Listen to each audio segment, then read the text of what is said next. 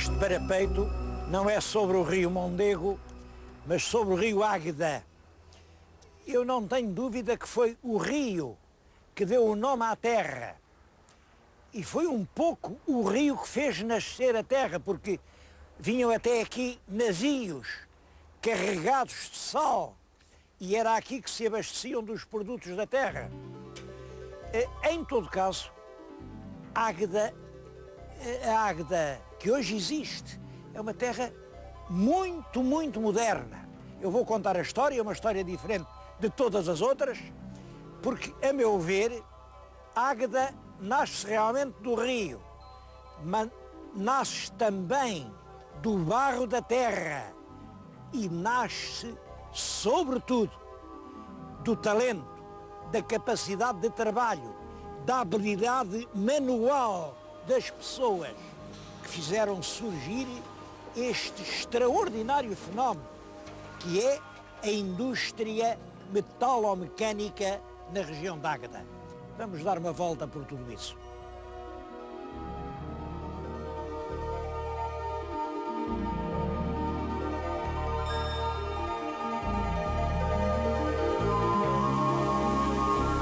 Os senhores telespectadores sabem qual é o objetivo deste programa. É fazer conhecer Portugal pelos portugueses. É claro, isso leva-nos a lugares muito antigos, já todos a esbarrondar-se, e leva-nos a lugares novos, jovens, como este em que agora estou, que é o Centro Cívico da jovem cidade de Águeda. É uma terra nova por muitas razões. Como cidade, só é cidade desde 1985, portanto, uma cidade com pouco mais de uma dúzia de anos. Como vila, mesmo como vila, é uma vila moderna, uma vila da Dona Maria, uma vila de 1834. E hoje é uma terra mal lembrada. Eu recordo-me perfeitamente, a minha profissão de advogado trazia-me muitas vezes ao Porto. Bom, eu passava sempre por Águeda. Quando chegava aqui a Águeda, lembro-me, subia-se assim uma subidinha, atravessava-se uma ponte sobre um rio muito bonito, depois havia uma praça com vários cafés. Eu entrava ali num café, era o café moderno, geralmente entrava, bebia qualquer coisa, enchia os pulmões de ar e dizia: bendito seja Deus que aqui já estou no norte. Agora não sei porquê, mas diz há muitos anos, há mais de 12 anos, que eu venho ao Porto e não passo por Águeda. Que raio é que aconteceu? Foi Águeda que deixou de existir? Não. Águeda está aqui e continua a crescer. O que fizeram foi a autoestrada. As autoestradas, como sabem, são muito boas, a gente vai muito mais depressa, só que não passa por terra nenhuma. E foi por isso eu já tinha saudades de Águeda. E vim hoje aqui à jovem cidade para lhes falar de Águeda, uma cidade onde o que é verdadeiramente importante não é o passado, é o presente. E oxalá que seja o futuro.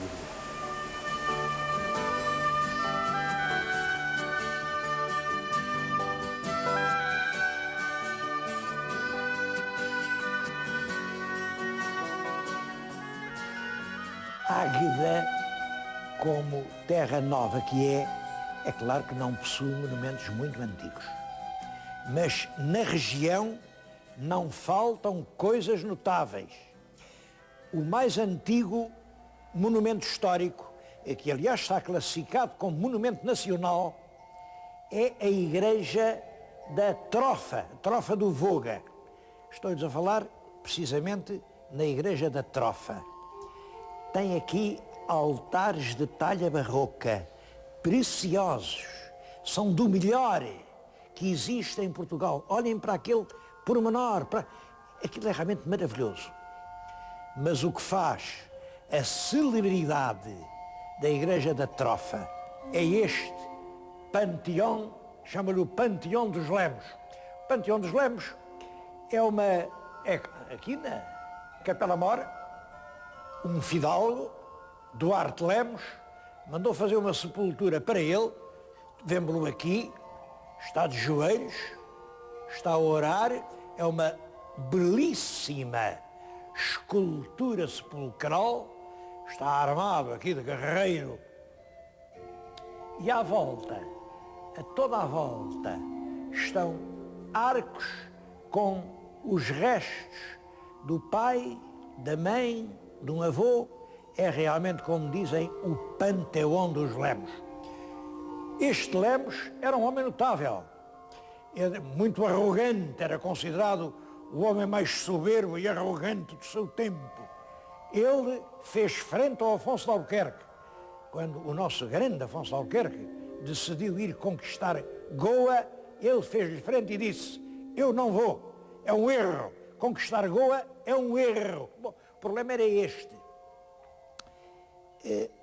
Os primeiros portugueses a chegarem à Índia julgavam que podiam dominar o comércio oriental só com os navios. Aquilo era, no fundo, um império marítimo. Nós andávamos nos navios por aqueles portos e controlávamos o movimento comercial. Quando chegou o Afonso de Albuquerque entendeu que não, que isso não era bastante. Tínhamos que ter em terra fortalezas onde nos apoiássemos. E era com guarnições em terra, com canhões, com torres, com fortalezas, que a gente ia dominar a Ásia.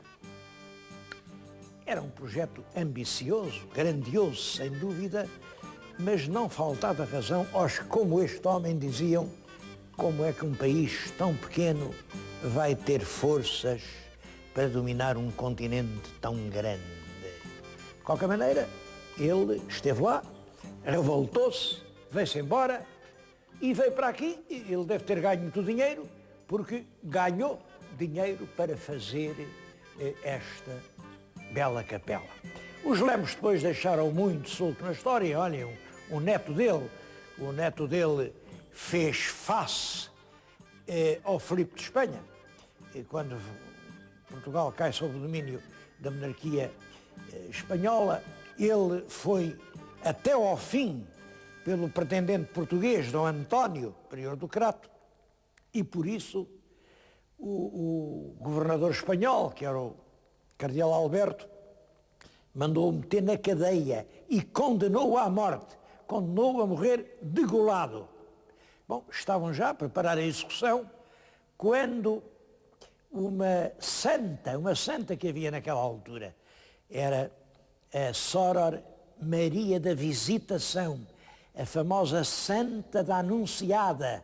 Era uma santa, era tão santinha, imaginem, todas as sextas-feiras, as mãos, os pés e o lado sangravam como as próprias chagas de Cristo.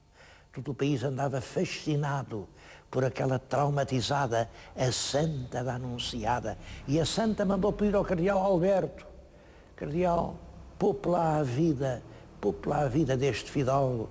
E o cardeal, perante o pedido de uma santa, claro, perdoou. O homem foi degradado, mas depois voltou à pátria. Salvou a vidinha, que era o mais importante.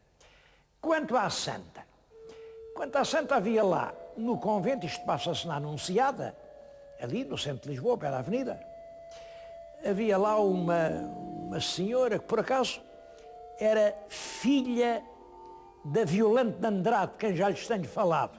Uma filha da Violante, que era pintora, também sabia o que era pintar, e porque as freirinhas todas iam beijar a chaga da Santa. E aquela, quando beijava a chaga da Santa, dizia que aquele sangue lhe cheirava muito ao óleo de linhaça. Bom, e olhem, meteram pedidos, lá conseguiram que o bispo de Lisboa mandasse fazer um exame. O exame era, com um esfregão com potassa, lavar a mão. É claro, Desapareceu a chaga, ela tinha as mãos tão sãs como eu tenho as minhas, graças a Deus. Era uma impostora. Bom, mas olhem, lá que fez o milagre de salvar a vida ao Lemos, isso fez. E que o Lemos era um homem valentão, também era. Passados uns anos, o Lemos ia na ponte de Coimbra, a cavalo, quando houve do lado de lá uma restolhada, muita gente. Quem era? Era o Filipe, que vinha lá, o rei, vinha a passar a ponte. Agora vejam, então o nosso fidalgo, o que é que faz? Passa por Sua Majestade, portanto tem que se apiar, ajoelhar, beijar a mão, ou não faz. Não. Vira ao cavalo e foge, vai a correr, a fugir, a desfugir. Mas um homem foge assim diante de outro, não foge. Ele não podia nem ir para a frente nem para trás. Só podia ir para o lado. E o que é que ele fez? Puxou pelo cavalo, obrigou a saltar sobre o paradeiro da ponte e mergulhou nas águas do rio Mondego. Digam-me lá se não era um homem decidido.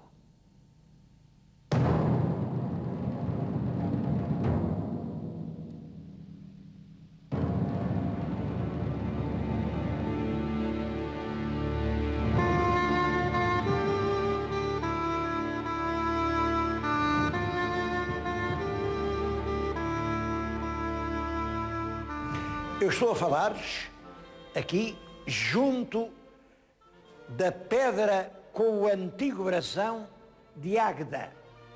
Reparem, é uma pedra talvez do tempo do rei Dom Luís. Enfim, tem aqui o manto e aqui representavam o que eles entendiam ser as armas de Águeda, é as 5 quinas de Portugal e 2 pinheiros. Eu suponho que são pinheiros, 2 grandes árvores que representam aqui a mancha florestal. E por baixo, isto é que é engraçado, isto, A Romanis Eminium. Isto quer dizer, não está aqui, reparem, não está a palavra Águeda. Está, no tempo dos romanos, chamava-se Emínio. Era um orgulho aqui dos eruditos locais. Águeda, no tempo dos romanos, era a importante cidade de Emínio. E puseram isso aqui no seu brasão. Este brasão que estava na antiga Câmara Municipal, estão a ver o que era a antiga Câmara Municipal, ela foi demolida para fazer esta que é a moderna. O que aconteceu a certa altura foi que em Coimbra encontraram uma lápide que demonstrava sem qualquer margem para dúvidas que a antiga cidade romana de Emínio tinha sido em Coimbra. A cidade chamava-se Emínio, depois mudou para lá o bispo de Conímbriga. As pessoas, quando iam despachar algum assunto com o bispo de Conímbriga em Emínio, diziam que iam a Conímbriga e assim Emínio passou a dizer-se Coimbra. Hoje não há dúvida nenhuma a esse respeito. Portanto, aqui a nossa Águeda teve que pôr de parte o seu orgulho genealógico. Não tem nada a ver com Emínio. Águeda não pode orgulhar-se do passado, só pode orgulhar-se do presente. Bom, olhem, lá retiraram a pedra e então arranjaram um outro brasão. Também tem graça essa história dos brasões, porque o brasão que pediram para Lisboa à Comissão de Heráldica da Associação dos Arqueólogos, e os arqueólogos lá em Lisboa disseram, bom, isto é terra de bom vinho, puseram aqui 4 cachos de uva, é terra de boa madeira, puseram aqui umas árvores, é terra onde passa o rio Águeda, puseram aqui as ondas de um rio, e está feito o rio, as árvores e a vinha. Pronto, e tudo isto é a Vila de Águeda. Bom, mas quando a terra foi elevada à cidade, tenho agora aqui o novo brasão, cá está o vinho, mas já não são os cachos todos. Entre os cachos de uvas está uma roda que representa a indústria. Portanto, o vinho, a indústria, as árvores antigas e as ondas do rio Águeda. É o que se chama um brasão reciclado. Eu suponho que é um caso pouco frequente, esta coisa dos brasões irem mudando com o tempo, porque agora é uma roda, o que será amanhã. Francamente, penso que os brasões devem ser intemporais. Mas é verdade que hoje o que marca esta cidade, além do seu rio, é a riqueza florestal, é o vinho, mas é, sobretudo, uma indústria cada vez mais ativa.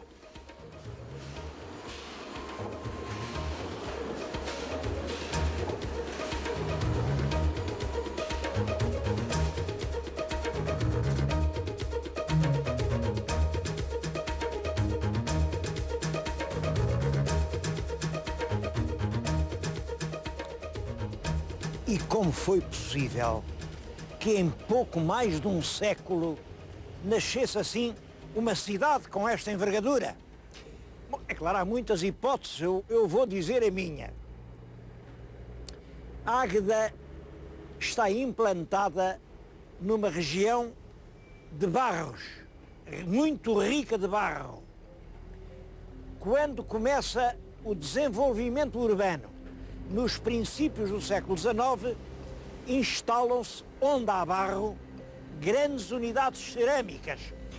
Estou-lhes a falar numa fábrica de cerâmica, uma. Perguntei quantos tijolos destes fazem aqui por ano. Disseram, olha, mais ou menos 1 milhão por mês, portanto 12 milhões por ano. Mas aqui na região não somos só nós, há mais 30.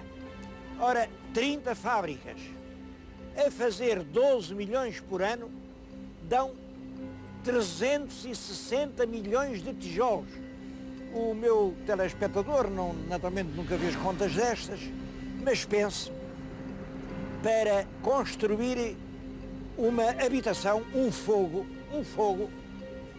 onde residam 4 ou 5 pessoas, isso gasta, não chega a gastar 10 mil tijolos. Significa que só aqui na região de Águeda faz-se todos os anos uma cidade para mais de 120 mil pessoas residirem. Bom, começa no barro, começam a fazer tijolo, fazem a telha, mas continuam a fazer cerâmica de todas as qualidades.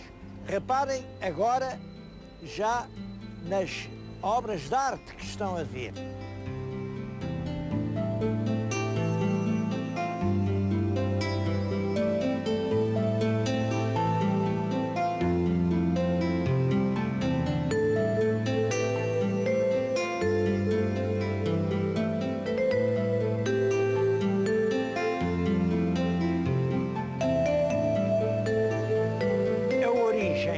Estas grandes fábricas cerâmicas foram pequenas olarias, onde se fazia a louça de barro, peças humildes.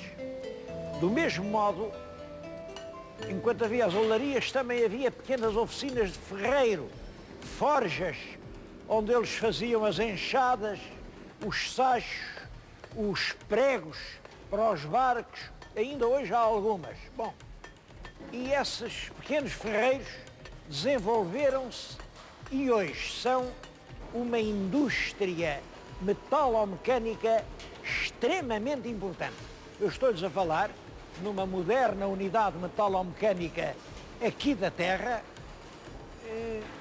É claro, não são todas como esta, mas fábricas de metalurgia há aqui no concelho perto de 300, faturam todos os anos 20 milhões de contos e mais de 30% é lá para fora. Fazem-se aqui ferragens para muitos países do mundo, para a América, para a Inglaterra, para a Espanha. Tenho aqui uma peça que acho bonita. Isto é um batente de porta. Quando se vai à Inglaterra, em Londres, em Downing Street, toda a gente tem na porta um batente assim. O que poucos sabem é que foram feitos em Águeda.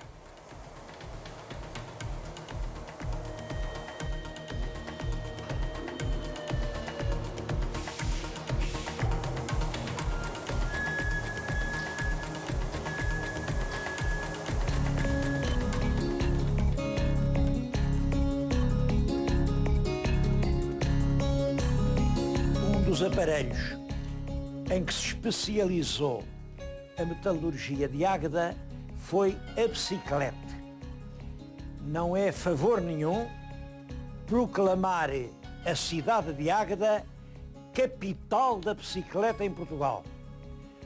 No nosso país há 5 fábricas de bicicletas, pois 4 são aqui em Águeda. Eu estou a falar-lhes numa delas, uma fábrica que fabrica bicicletas realmente excelentes, isto são, enfim, é o mais aperfeiçoado que há.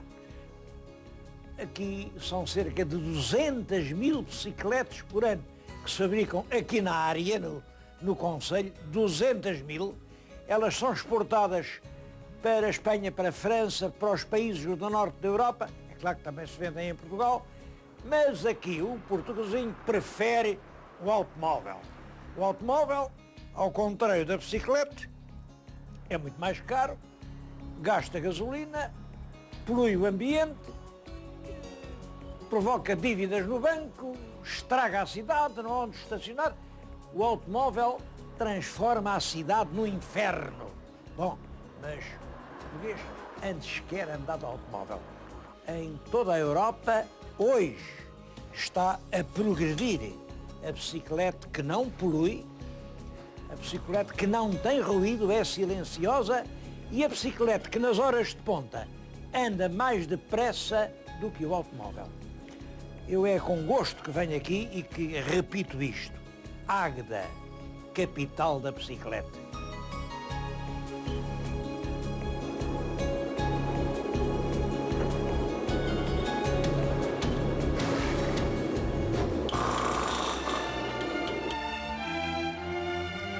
Aqui esta região do Baixo Voga foi sempre um local de passagem entre o norte e o sul.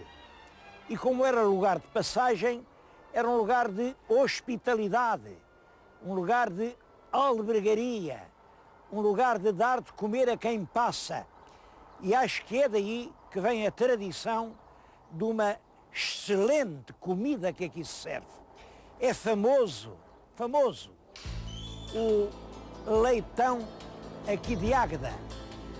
Até há partidos, há quem ache lá de baixo o da Mialhada que é melhor, há quem pense que aqui o de Águeda é mais saboroso. Eu não tomo partido, conheço os dois, mas o meu prezado telespectador venha aqui, prove um e prove e depois por si.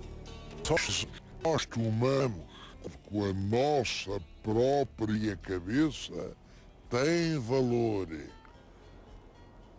Venha cá, prove o leitão e julgue por si.